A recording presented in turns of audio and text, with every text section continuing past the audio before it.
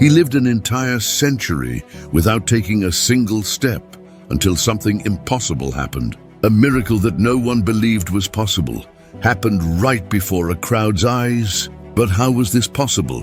What did Jesus say to change the impossible? You're about to find out now.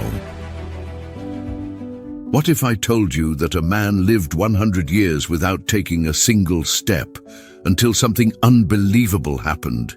It seems impossible, doesn't it? 100 years without walking, a lifetime trapped in an immobile body, condemned to just watching time pass while the world around them kept moving. A century without feeling the dust under our feet, without running through the fields, without even taking a step. But the elderly man had no idea of the miracle that was about to come. But what if I told you that, in front of an unbelieving crowd, did Jesus make him run? Yes, not just walk, but run. That it's not an ordinary story. You know, you will find it in the reports of miracles of Jesus that are usually counted. This is one of Jesus's unknown miracles, one of the most impressive and hidden moments of his passage on earth. This is the story of the miracle of the man who hadn't walked for 100 years, but Jesus made him run. Now, imagine a scene. The sun sets over the horizon, dyeing the sky with golden and reddish tones. The stone streets are full of people. Traders negotiate loudly. The smell of freshly baked bread mixes with the aroma of spices brought from distant caravans. Children run and play among the baskets of dates and dried figs, while adults hurry around carrying amphorae, fabrics, and supplies. The streets are narrow. The mud and stone houses reflect the warm glow of the evening. Doves land on the rooftops, while Roman guards watch with stern expressions, protecting the taxes that are collected at the city gates. Among this bustling crowd, there is a man who does not move. He is not there to negotiate, nor to walk, nor to work. He never was, because for him, time does not advance. He watches the world take its course. He sees people coming and going. He sees faces that change, children that grow, entire generations that are born and die. And he remains property, silent, as if it were part of the landscape. He no longer expects anything. He no longer dreams. He no longer desires. He no longer believes. The years have turned your hope to dust, just as the desert winds wear away stone until there is nothing left of it. But what he doesn't know is that something is about to happen. An unexpected miracle was coming into your life, and when Jesus arrives, everything changes. The impossible happens. This story may change the way you see Jesus' miracles. And now I ask you, how many times have you waited for something that never seemed to arrive? How many times have you looked at your life and felt like time was passing, but nothing was changing? If this elderly man spent 100 years without being able to take a single step, imagine what Jesus could do for you. And I will tell you every detail of this story, every look, every word, every moment of faith and transformation. But first, has Jesus already touched your heart? If you are here, I believe that this story is already connecting with you, so subscribe to the channel now, because there are many unknown miracles that still need to be revealed, and Jesus can speak to you in each one of them. Press like too, because this video needs to reach those who, like Simeon, no longer believe they can stand up. And stay with me until the end, because what happened next was even more impressive. Now, come with me, because the impossible is about to happen. The dust from the stone streets rose gently in the wind, swirling into spirals before disappearing into the warm city air. People went about their routines, indifferent to the weight of years that accumulated on the shoulders of a man sitting in the shadow of an ancient wall. His name was Simeon. For many, he was just a familiar figure in the city scene, someone who was always there, motionless, as if he were part of the weathered stones. Few remembered when he arrived, even fewer knew his story. But he knew.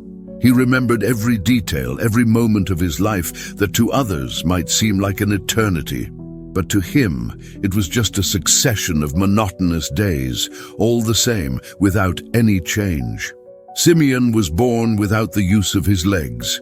For as long as he could remember, he had been there in the same place, while time passed before his eyes. As a child, I looked at other boys running, climbing trees, playing with rocks and sticks, exploring the city's alleys and alleys. He dreamed of being among them, of feeling the ground beneath his feet, of running effortlessly, as if the wind itself carried him. But his feet never responded. His legs never supported his body. He grew up just watching, feeling the silent pain of knowing there was a whole world to be explored, but not by him. The years passed, and childhood gave way to youth. But Simeon's fate remained the same. While the boys who once played with him grew up, began to work, learn trades, build their lives, he remained motionless. Nothing has changed. The faces around him grew older, new ones appeared, children became men, men became fathers, fathers became grandparents, and he was still there. At first Simeon prayed. He believed that perhaps one day God would look at him with compassion and do something to change his reality. But time passed, and nothing happened. The prayers became shorter, then rare, until one day they stopped completely. He accepted his condition. He accepted that there was no solution. He accepted that there was no miracle for him, and it was at that moment that the real arrest began, because it wasn't just his body that was trapped, it was his soul. He became a spectator of life. I watched the days come and go. I watched the faces transform. I watched the city itself change over time, but nothing changed inside him. Over the years he heard of healings, of men who claimed to have been touched by God, of stories of miracles. But all that seemed distant, unreachable. Simeon no longer allowed himself to dream. He no longer allowed himself to desire. He was afraid of hope, fear of deluding yourself, because what could be crueler than believing only to be disappointed once again? The city's routine took its course. Every day, new faces passed by, but no one stopped. He was invisible. Even those who remembered his presence no longer saw the man who was there. They only saw a seated figure, an old man with his legs wrapped in a worn cloak, someone who was part of the landscape, like the stones of the streets, like the walls worn down by the wind. Time turned him into a nobody. Simeon learned to endure the scornful looks, the whispers about how perhaps he or his parents sinned to deserve such a fate. He learned to ignore the comments of younger people who saw him as a symbol of what it meant to be weak. He no longer cared. What really hurt wasn't the pity, it wasn't the contempt. It was indifference. The fact that no one asked his name anymore. Nobody wanted to know his story. There was a time when he begged for alms, believing that one day he would be able to save enough money to be cared for in a dignified way. But this illusion also dissipated. He was not a blind man who could sell small objects, nor a beggar who could work in some way in exchange for shelter. He was a burden, and no one wanted to carry a burden. Over the years, Simeon learned to be silent. His eyes began to speak for him, but few cared to try to understand what they were saying. Life flowed around him, and he just existed, neither alive nor dead, just existing. Then time ran its course. Decades passed. The boys he saw growing up were already old. His children already had children of their own. But Simeon was still there. He was living proof that some stories don't change, that for some people there is no transformation. He was a reflection of what happens when hope is completely extinguished, and Simeon couldn't wait for the miracle that was coming into his life. A foreigner once asked him, "If you could make one wish, what would it be?" Simeon looked at him and thought of many answers, but in the end he just shook his head and looked away. He no longer knew what to ask. Simeon no longer expected a miracle. He no longer knew what it meant to desire something, and that's how he became the thing he feared most. Someone who accepted fate without questioning it. Someone who no longer expected anything from tomorrow, Because tomorrow would be the same as yesterday. Maybe you've already felt something similar. Maybe you've been through a moment where you simply accepted your circumstances because there seemed to be no way out.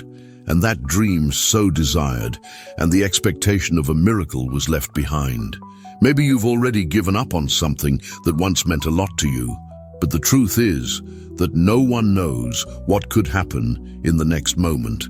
In fact, a miracle is a miracle, and it cannot be explained, because the impossible is only Jesus who accomplishes it. Simeon believed that nothing would ever change. He was convinced that his story would end as it began, still without movement, without transformation, without miracles. But what he didn't know, it was that God does not forget anyone, and that the impossible was about to happen. But before we continue, I want to hear from you. Have you ever felt like there was no way out in your life? And what miracle doesn't happen to you? Write in the comments. I've felt this because I want to know your story. And if you believe that no situation is definitive, write in the comments. I believe in the impossible. I believe that Jesus can perform a miracle in my life. Because what happened to Simeon that day changed everything. The heat of the day still hung over the city when the sound of hurried footsteps began to mix with the bustling voices of the market. The merchants who until then had been shouting out the prices of their products started to look around, distracted by something bigger, something that was different from the routine of that place. The whispers began discreetly, passing from person to person like a light breeze before a storm. But in a matter of minutes, they were already echoing through the stone alleys, spreading like fire in dry straw. He's here. At first, few paid attention. Who? Who was there? Another preacher? Another man who talked about the kingdom of God? The city had received so many before. Some came, spoke, impressed for a moment, but soon disappeared, carried away by the wind of oblivion. But this time, something was different. The tone of the voices was not one of mere curiosity, but of expectation. The words were repeated urgently. Master has arrived. Jesus of Nazareth is here. Many people's eyes widened. Others frowned, confused. Some immediately dropped what they were doing, as if they knew that moment could not be ignored. Jesus. The name went around the city, full of unbelievable stories. They said he healed blind people with a touch. They said that paralyzed people could walk again, that the deaf heard, the mute spoke, that evil spirits feared him. Rumors about him had reached there before. Stories of distant villages where people who were once seen as condemned, abandoned to their fate, were restored. They said that a simple look from him was enough to change a destiny. People began to move, abandoning their goods, forgetting their business. Something big was happening. He was not just another prophet. He wasn't just another preacher. It was him. And in the midst of that commotion, Simeon heard the voices. At first, the sound had no impact at all. He had heard too many stories over the years, words and promises of change, of salvation, of miracles that never reached him. The name Jesus did not cause surprise or expectation. The tiredness of life had already extinguished any flame of hope within him. But then, something happened. A hand rested on his shoulder. He didn't need to look to know who it was. It was his old friend Ephraim, a man who, despite life's difficulties, never stopped visiting him. Since his youth, Ephraim saw in Simeon not just a man trapped in his own body, but a friend, someone who deserved to be heard, someone whose soul still shined, even if dimmed by years of suffering. Ephraim's voice was excited but carried with a certain urgency. "Simeon, did you hear?" He sighed. "I heard what? It's Jesus. He has arrived. He is here, in this city." Simeon did not respond immediately. He waited for the words to dissolve inside him, hoping to feel something, some emotion, some spark of hope, but nothing came. Then, without any emotion, he murmured, "And what does this have to do with me?" Ephraim crouched down beside him, his eyes full of excitement. Simeon, they say he heals. They say that he restores movement to the legs, that he makes the lame walk. That touches a man, and he gets up as if he had never been sick. Simeon's eyes narrowed. He turned his face away, avoiding looking at his friend. "I've heard things like that before," Ephraim insisted. "Not like this. This man, he is not like the others. The Pharisees hate him because he does things that no one can explain. People run after him because they know he is real. Simeon, what if this time it's true?" Simeon let silence fall between them. True. How many times had he allowed himself to believe? How many times have you wished a miracle was possible? But faith, when frustrated for too long, becomes a wound, and wounds, when not healed, become walls. He closed his eyes for a moment. "There's no point trying," Ephraim sighed, as if he had expected that answer, but still without accepting it. "Why not? What do you have to lose?" Simeon laughed humorlessly. "What do I have to lose? Maybe a last bit of hope." Ephraim shook his head. "Simeon, don't you understand? What is happening here today is different. I saw people coming to this city just to see him. I saw people bringing their sick, their injured, people who traveled whole days because they believe that he is the answer. You don't need to travel. You don't need to search. He's here." But Simeon was already tired. "What if I go and nothing happens?" The friend leaned closer. "What if it happens?" The words hit Simeon like an invisible arrow. He had no answer for that. Throughout his life, he had learned to deal with the pain of waiting, with disappointment, with acceptance of reality. But now, for the first time in a long time, he found himself faced with a choice. Ignore everything and continue living as you always have, or risk the last spark of faith left in your heart. But even as doubt consumed him, something inside him already knew that that day wouldn't be like the others. And you, if you were in his place, what would you do? Write in the comments, "I would risk faith." Or, if you've ever been through a moment where you had to decide between believing or giving up, tell your story. I want to know, because what happened next, it was something no one could ever imagine. The crowd was excited. People squeezed into the narrow streets, trying to see beyond the bodies that piled up towards the center of the village. The heat of the day still lingered in the air, and the dust kicked up by hurried feet danced in the last rays of sunlight. Jesus was there. Simeon remained motionless, as he always had. His heart didn't know how to react. He wanted to believe. Something inside him wanted to allow himself to feel what everyone else was feeling. But it was difficult, very difficult. People spoke of him as if he were more than a man, as if it were hope itself incarnate, the Messiah, the Holy One, the Son of God. And Simeon had no more hope to offer. But then something happened. The buzz of the crowd seemed to die down around him, as if time was slowing down. The sound of voices, footsteps, salespeople calling for customers. Everything became distant. He couldn't explain why. But then he felt it. A shiver ran through his skin, from his arms to the back of his neck.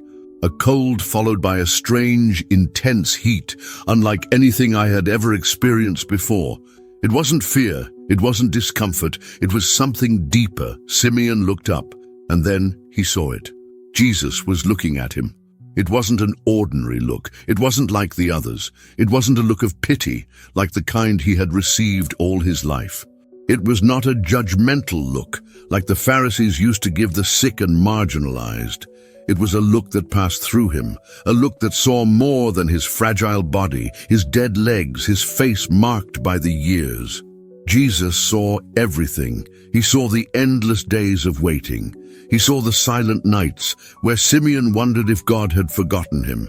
He saw the moments when the desire to believe fought against the fear of disappointment. He saw the boy who one day looked up to the sky and asked for a miracle. And Simeon heard. It was as if, for the first time in his life, someone really saw him. He tried to look away, but he couldn't. His heart started to beat faster. His breathing quickened. There was a weight in that moment, something invisible but undeniable. Jesus took a step towards him. Simeon felt his throat go dry. What did he want? Why were you looking at him like that? Why, among all those people, had he stopped right there? The seconds seemed longer. The crowd continued to move. People pushed each other trying to get closer, but Jesus did not move. He just looked. And in that deep silence, Simeon realized something. Jesus knew. He always knew. There was no need for words. There was no need for explanations. Jesus already knew his story, and that scared him, because if Jesus knew, then he also knew everything that Simeon was trying to hide. He knew his faith was broken. I knew he had given up. Simeon felt a knot form in his chest. Why was he there? Why, among so many sick people, among so many people with open wounds, blind people crying out for sight, lepers begging for healing? Why did he look at him? He wanted to understand, but at the same time, I was afraid of the answer. And then Jesus took another step. Dust rose beneath his bare feet. His simple robe swayed slightly in the wind. His gaze, it was pure. It was strong. It was filled with something Simeon hadn't seen in anyone's eyes in a long time. It was full of love. And that was what scared him the most, because for so long Simeon had gotten used to being ignored, rejected, forgotten. He had already accepted his fate. I had already learned to live without hope. But now, faced with that gaze, he felt that something inside him was about to change, and he didn't know if he was ready for that. But what he didn't know, it was that Jesus had already chosen to change his story. The silence continued. Words were not necessary, because what happened at that moment, it was something Simeon would never forget. But before we continue, I want to hear from you. Have you ever felt like God was looking right at you, even when no one else was? If you felt this, write in the comments, "I've already felt God's gaze." If you want to feel this for the first time, write, "I want to feel the look of Jesus," because what happened next, it changed everything. Time seemed to stop. The buzz of the crowd became distant, like an echo lost in the wind. The sun was already beginning to descend on the horizon, dyeing the sky with orange and golden tones. But none of that mattered. At that moment, there were only two eyes crossing each other, Jesus. And about Simeon, the Master's eyes were still fixed on him, carrying something impossible to describe. It was more than compassion. It was more than an ordinary look. It was as if Jesus saw not just his body, but his soul. Every pain, every doubt, every moment of solitude. Then Jesus opened his mouth and said something that made Simeon's world tremble inside. "Do you want to be cured?" The question was simple, but it hit like thunder. Simeon felt his chest tighten. Those words were too heavy. He blinked a few times as if trying to absorb what he had just heard. Did he want to be healed? The answer should be obvious, right? Who, in their right mind, would spend their entire life stuck on the ground and not want to get up? Who, after 100 years of immobility, wouldn't dream of walking, running, jumping? But Simeon was unable to respond. The words stuck in his throat. For an instant, he felt the gazes of the people around him. Everyone was waiting for his answer, but inside him something stopped him from simply saying, "Yes," because what if nothing happened? What if he tried and failed? It was safer not to risk it. It was easier to continue in the same condition than to create expectations and see them fall apart. He already knew his life. He had already accepted his pain. But what if hope was ripped from him once again? Simeon lowered his eyes, unable to meet Jesus' gaze. "Master, The voice was weak, trembling. He swallowed hard. The eyes began to burn. He didn't want to cry. Not there. Not in front of everyone, but that question, "Do you want to be healed?" It wasn't just about her body. It was about his faith. It was about everything he had let die inside him over the years. He wanted to be healed. But what if he was already too broken for that? The silence between the two seemed to last an eternity. Then Jesus stepped forward. Dust rose lightly beneath his feet. The sun illuminated his face in an almost supernatural way. And then he said something that made Simeon's heart race. Faith is greater than any limitation. His voice was not one of rebuke. There was no charge. It was about love. It was as if he was saying, I know what you went through. I know all the times you wanted to believe but couldn't. I know the nights you cried, alone, with no one to hear. But now you can trust. Now you no longer have to carry this weight alone. Simeon took a deep breath. Something inside him was beginning to change. For years, he had accepted his condition. For decades, he had gotten used to being the one left behind. But now he needed to decide, trust or stay the same, say yes or remain stuck with what you've always known. The crowd held its breath. The eyes were all on him. And most importantly, Jesus' eyes waited for his answer. But before I continue, I want to hear from you. Have you ever had to make a difficult choice where your faith was tested? If you've been through this, write in the comments. I've already had my faith tested. And if you believe that faith can break any limitation, write, my faith is greater than any obstacle. Because what happened next, it changed everything. Time seemed to stop. The buzz of the crowd completely disappeared. The wind blew slowly, lifting some of the dust from the stone floor, while everyone's gaze was fixed on that scene. Jesus was standing before Simeon, the man who had never walked, the one who spent an entire century without moving his legs. Simeon felt his heart pound inside his chest. Everything inside him screamed that this was impossible. 100 years of paralysis does not disappear in an instant. His body didn't know movement. The bones, the muscles, the skin, everything about him was rigid, accustomed to immobility. But then Jesus reached out his hand. With his fingertips, he touched Simeon's shoulders. It was a light touch, simple, but it was as if an invisible wave ran through Simeon's entire body. He felt a shiver run up his spine. His chest seemed to burn from the inside, as if something was being awakened, something he didn't even know still existed. The silence was absolute. And then Jesus spoke. Get up. The voice was not loud, but she was full of authority. The crowd held its breath. Nobody moved. No one dared even blink. Everyone waited. The wind blew again, ruffling Simeon's hair, causing his eyes to fill with dust and tears. He felt it. Something was different. A tingling. First on the feet, then moving up through the calves, then through the knees, through the thighs. Muscles that had never worked began to react. It was weak, an almost imperceptible tremor, but it was real. Simeon's heart quickened. Would it be possible? The crowd was motionless. No one dared to interrupt that moment.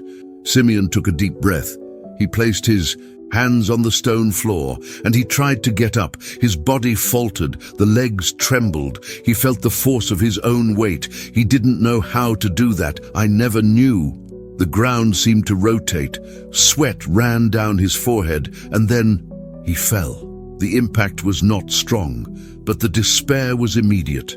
His face hit the floor. His hands tried to support himself, but they were shaking. Dust rose around him, covering his worn arms and robes. He failed.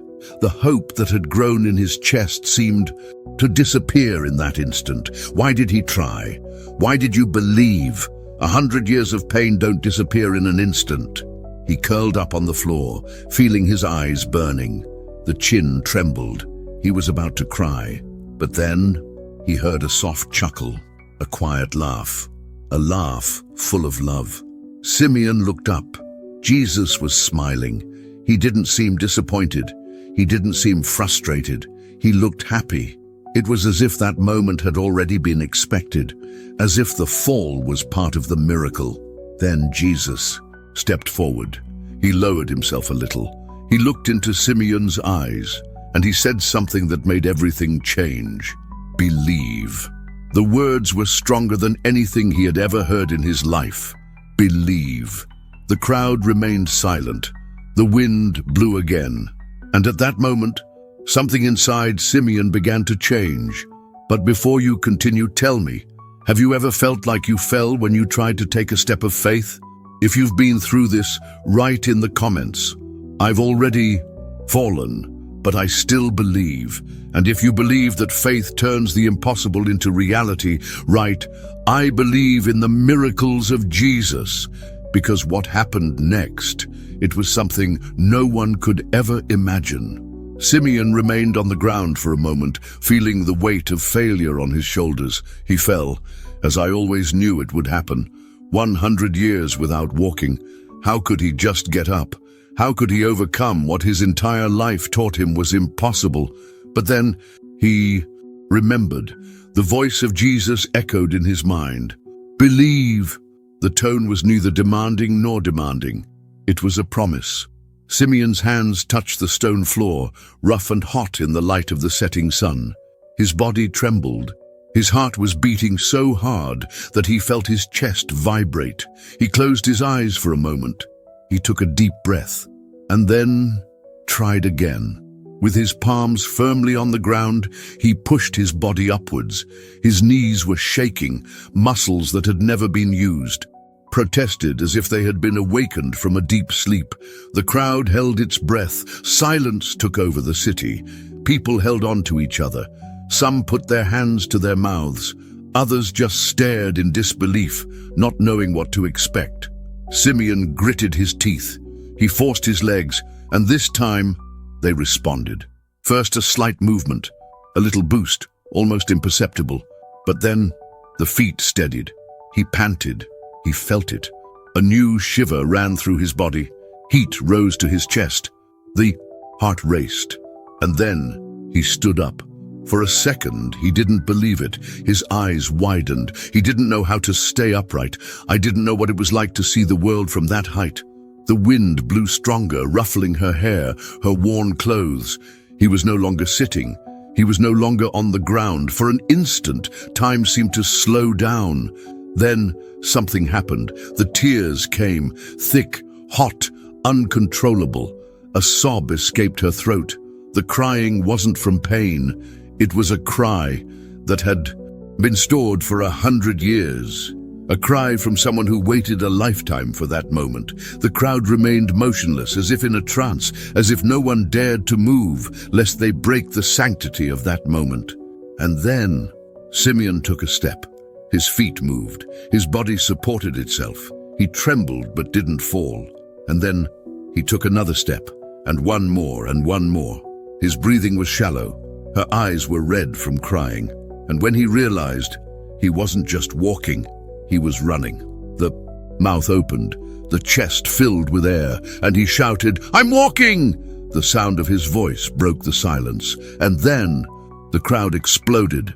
Some people fell to their knees on the stone floor, crying uncontrollably. Others raised their hands to the heavens, shouting in adoration. Some ran towards him, not knowing whether to laugh or cry. People who had never spoken to Simeon in their lives hugged him. Others just stared in shock. The Pharisees, who watched everything from afar, were unable to say a single word, because there was no explanation. It was a miracle, and it was impossible to deny it. But before you continue, tell me, have you ever seen something impossible happen? If you've experienced this, write in the comments, "I've seen a miracle." And if you believe that God can do the impossible in your life, write, "Jesus still works miracles." Because what happened next, it was even bigger. Simeon felt the wind against his face. His feet pounded against the stone floor, propelling his body forward, his heart racing, his chest heaving, emotion overflowing with each tear that ran down his time-marked skin. He wasn't just walking, he was running. People opened their eyes wide, not believing what they saw. Some covered their mouths with their hands, others cried uncontrollably. There was euphoria, there was amazement, there was glory in that moment. The elderly man who spent 100 years imprisoned in his own body now ran like a child who had just discovered the joy of movement. feet steady, arms moving, knees bending easily. He didn't even know where he was going. He just knew he needed to keep running. 100 years of waiting, and now he felt his own body like never before. The air filled his lungs in a different way. It was light. It was new. The audience went into ecstasy. "Glory to God," someone shouted, and then the sound spread. "Glory to God! It's a miracle! Simeon was healed. Jesus healed him." The name of Jesus echoed through the alleys, up through the rooftops, across the city. Simeon kept running, faster, stronger. He didn't want to stop. I didn't want that moment to end, because all his life, he was just a spectator. And now he was part of the story. His face was wet with tears. The entire body vibrated. He never knew what it was. I never knew what it was like to have freedom on my own 2 feet. Until suddenly he stopped. His eyes scanned the crowd. They were looking for a single person. And then he found him, Jesus. The Master was there, standing still, looking at him with a serene smile. A smile of someone who already knew what would happen, who I always knew. Simeon felt his heart tighten. An inexplicable emotion took over his chest. He couldn't contain it. His legs gave way, and he fell at the feet of Jesus. The crowd fell silent. The wind stopped. Simeon's hands shook as they touched the floor. The face pressed against the dust. He cried, and then, with a choked voice, he murmured, "Why me?" "Master," the question came from a deep place. It wasn't just about the body, it was about soul. Why him? Why? After 100 years, Jesus bent down. She placed her hand on his head in a gesture of infinite tenderness. And then, in a calm voice, he answered something that changed everything. "Because your faith ran before your legs." The silence was absolute. The weight of those words was too great to ignore. The crowd felt it. Simeon felt it. And then he cried again. But this time, it wasn't a cry of pain. It was a cry of gratitude. But before continuing, I want to know from you, do you believe that faith can run before our legs? If you believe, write in the comments, "My faith runs before me." And if you've ever experienced a miracle, write, "I am proof of the impossible." Because what happened next? It was even more impressive. Silence still hung in the air. The impact of what everyone had just witnessed was too great to absorb immediately. The impossible had happened right before the eyes of the crowd. A man who spent 100 years without moving his legs now ran as if he had never been paralyzed. Many had doubted. Deep down, there were those who, when they saw Jesus stand before Simeon, thought, "This one can't be cured. It's been many years. Your body has gotten used to the paralysis." Some perhaps crossed their arms, expecting a failure, a moment of humiliation for that old man sitting on the floor. Others just stared in disbelief, unable to believe that something so extraordinary could happen. But now everyone was wide-eyed, their lips parted, unable to utter a single word, because before them was living proof of the power of God. A man who, for decades, lived in the shadow of lost hope, who accepted his condition as a definitive destiny, was now a living testimony that faith can transform any reality. Some fell to their knees, feeling the weight of what they had just witnessed. Others murmured among themselves, touching their faces, as if trying to understand what had just happened before their eyes. Among the crowd, there were those who brought their own pains, their own impossibilities. Men and women who carried illnesses, who had invisible burdens that consumed them. And now they saw with their own eyes that nothing was too big for God. Never doubt what God can do. This phrase now echoed in everyone's hearts, because they doubted before seeing it. But now there were no more doubts. Simeon was living proof of this. He, who for so long was ignored, forgotten, treated as a symbol of impossibility, now became a sign of hope. The tears continued to stream down his face. He looked at his hands, still shaking, unable to contain the avalanche of emotions inside him. How many times had he dreamed of this moment? How many times, as a child, did he imagine himself running, jumping, dancing like the other boys in the village? How many times have you woken up in the middle of the night wishing it was all just a nightmare? And now it was real. He turned his face to look around. All eyes were on him, but they weren't looks of pity, like he had received all his life. They were looks of admiration. They were looks of faith. Simeon, the man condemned by time, was now a witness to divine power. And there, in the midst of that crowd, one truth became clear to everyone. God never forgets anyone. Time passed, but the impact of that day was never forgotten. Simeon's story ran through the narrow streets of the city, passed through the houses, reached the squares, the markets, and even the synagogues. Everyone talked about the miracle. The man who hadn't walked for 100 years now walked among them. But Simeon didn't just want to be remembered as the healed man. He knew this miracle wasn't just about him, because how many others were in prison, just like he was? Maybe not in a paralyzed body, but in a mind paralyzed by fear. People who saw no way out of their pain, people who had already given up hope, people who felt forgotten by God.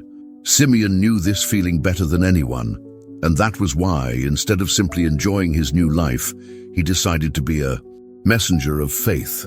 Now every day, he walked the same streets that he had previously only observed from a distance. He passed through the alleys where he used to sit, through the markets where people hurriedly passed by, through the temples where he never had the courage to enter. And to each person in need he met, he repeated the words that changed his life. Faith runs before the legs. Some listened and were moved. Others looked at him with doubt, as he himself once looked at Ephraim when he was told that Jesus was in the city. But Simeon knew that not everyone believes before they see. And still, it continued. Because if there was one thing I learned that day, it was that God's timing is perfect. And when it arrives, no one can stop it. The city has changed. The name of Jesus echoed in conversations, in stories told by children, in prayers said in secret by those in despair. Many who had never thought of believing began to desire to know this God. And it all started because a man who spent 100 years on the ground stood up. But what about you? What is your paralysis? What stops you from moving forward? Maybe it's not your legs, but your mind, your soul, your heart. Maybe it's the fear of failure.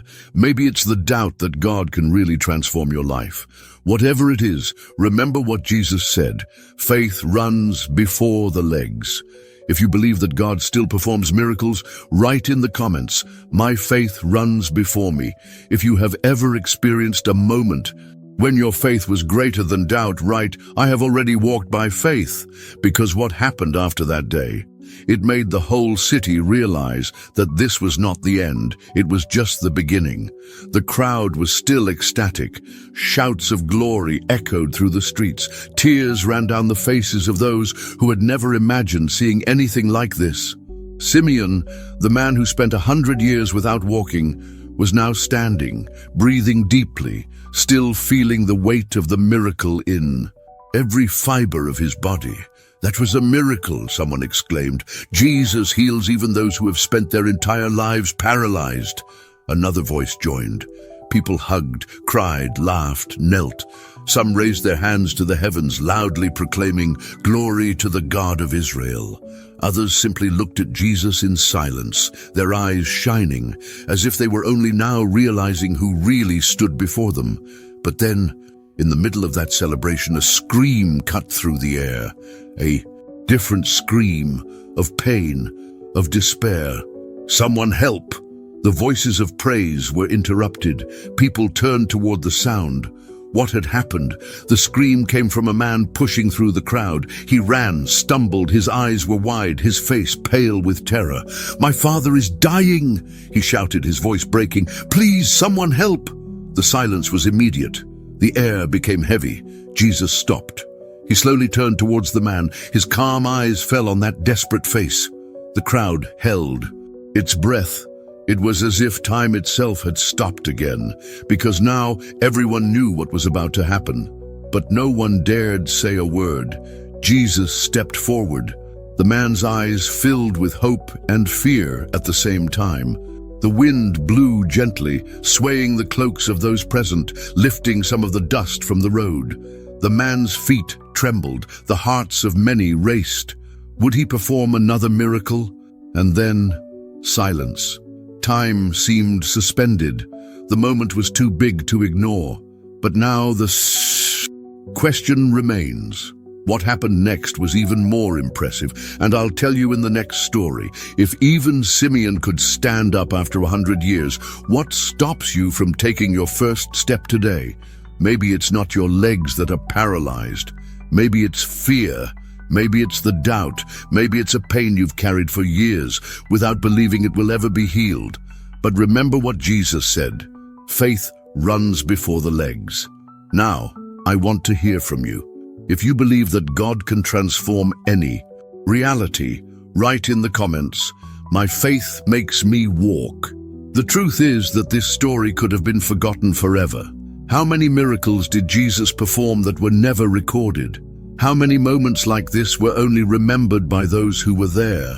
Today, you had the opportunity to learn about one of Jesus's least talked about miracles.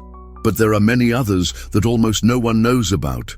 And believe me, the next one I'm going to tell you could be what you needed to hear to strengthen your faith. But I need to tell you something. Few people will have access to these stories. You just met the miracle of the man who didn't walk for 100 years, but Jesus made him run. And now I ask you, what stops you from experiencing your own miracle? Maybe you're not physically paralyzed, but what about your faith? How many times have you felt like you were stuck with no way out, without the strength to move forward? If Simeon waited 100 years without hope, and in an instant, Jesus changed his story and performed the impossible, the unbelievable miracle. Imagine what he can do in your life. And this is just one of the many unknown stories of Jesus. Now subscribe to the channel, because there are many other miracles that almost no one knows about, and each one of them could be the answer you were waiting for. Press like now, because this message needs to reach those who have already lost hope and need an urgent miracle.